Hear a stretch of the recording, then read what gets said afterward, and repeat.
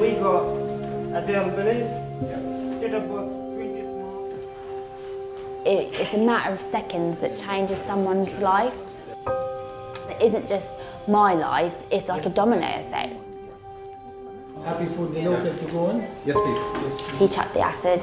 I've got my right hand, my right arm and right part of my face. In his mind it was, you know, attack me with acid so no one wanted me. So that's why he paid this guy to do it. It's a horrible injury that would require lots of work. It's just like a life-changing thing. With acid assault, your whole worldview changes immediately and your sense of safety in the world is compromised. From that day, I vowed that I'd have a normal life again and I wanted to get a positive out of such a bad situation.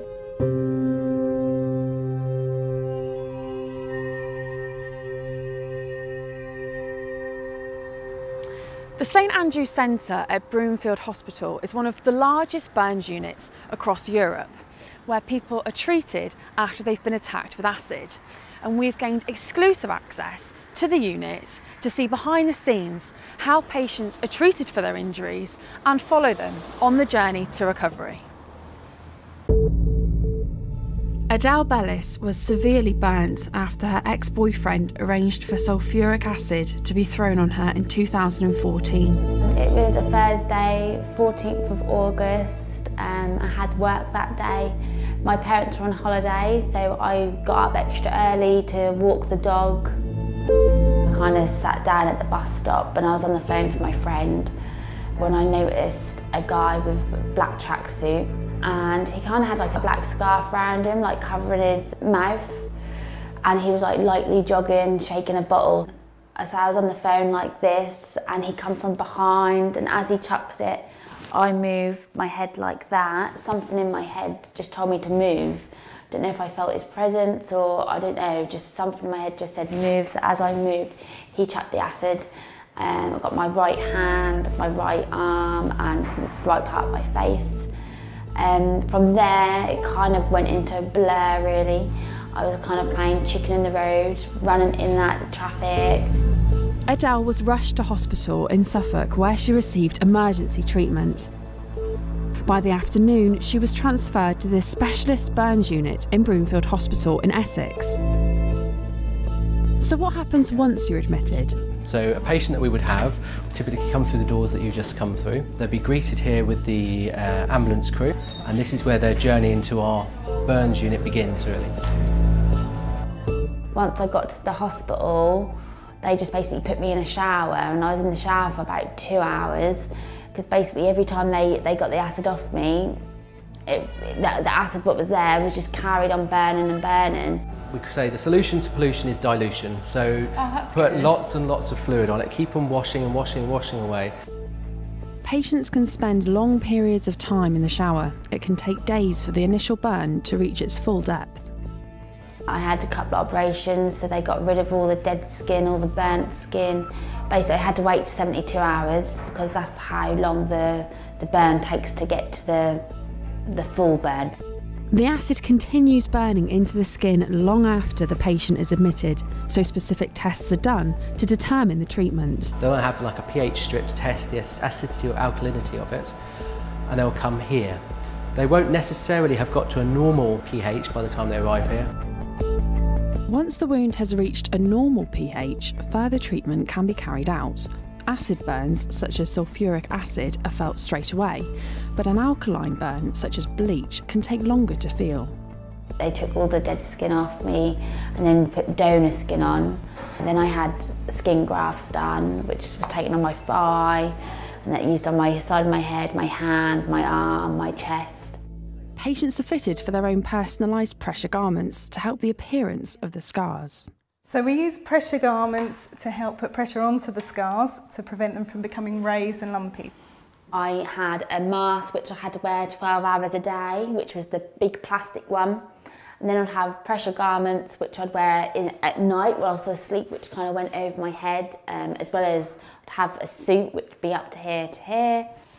How long would a patient have a mask like that on for? It's normally while the scar is maturing, so a scar can take up to 2 years to fully mature.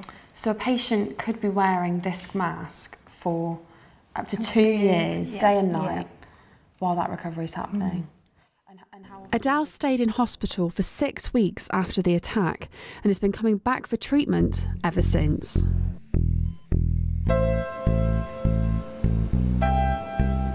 Four years on, Adele has returned to Broomfield Hospital for the next stage of reconstructive surgery.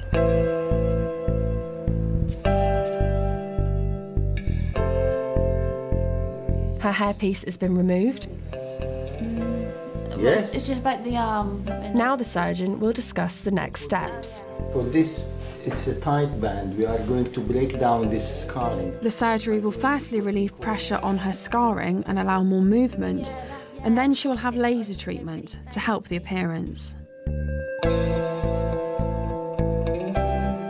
It's a very, very gentle anaesthetic. Happy? Yep, that's good. The procedures are expected to take an hour to complete.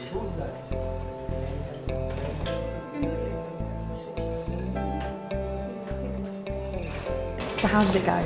Yes, went very well. I think she will get better movement in her neck. It was tight before and turning to one side was difficult, but I think she will be okay. It's a horrible injury that will require lots of work. For young people to have this on their face is really, really serious. So the reconstructive surgery has just finished and now the team are preparing for the laser treatment, and the aim of that is to try and improve the level of scarring that's on Adele's arm and on her neck. Quentin, do you mind just telling me what it is that you're doing? So at the moment we're using a CO2 laser. The CO2 laser is basically making multiple little holes into the actual burn scar itself. So we're trying to make new collagen in the right orientation, and we're also trying to break up bands of constriction. So it's doing two different jobs. So that will help with her movement and also the appearance and pliability of the scar.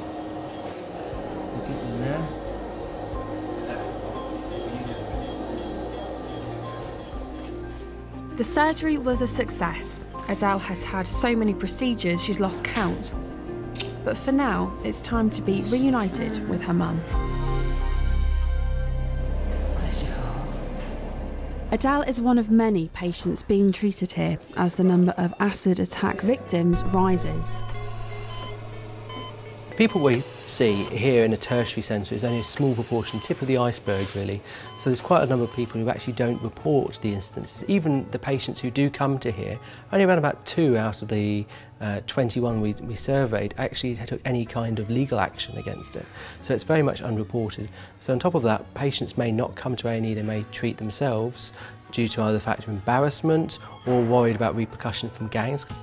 Over the past 5 years, more than 500 patients have been admitted to hospitals across England from assault by corrosive substances. That has ramped up massively from 2015. We're seeing in the order of around about 30 to 50 patients per year. So the same number you would see in maybe 5 years, you're now seeing in 6 months. You don't want to keep on disturbing your wound there. We've got the main hairs out. Yeah, oh, there's a grip there, does that mean?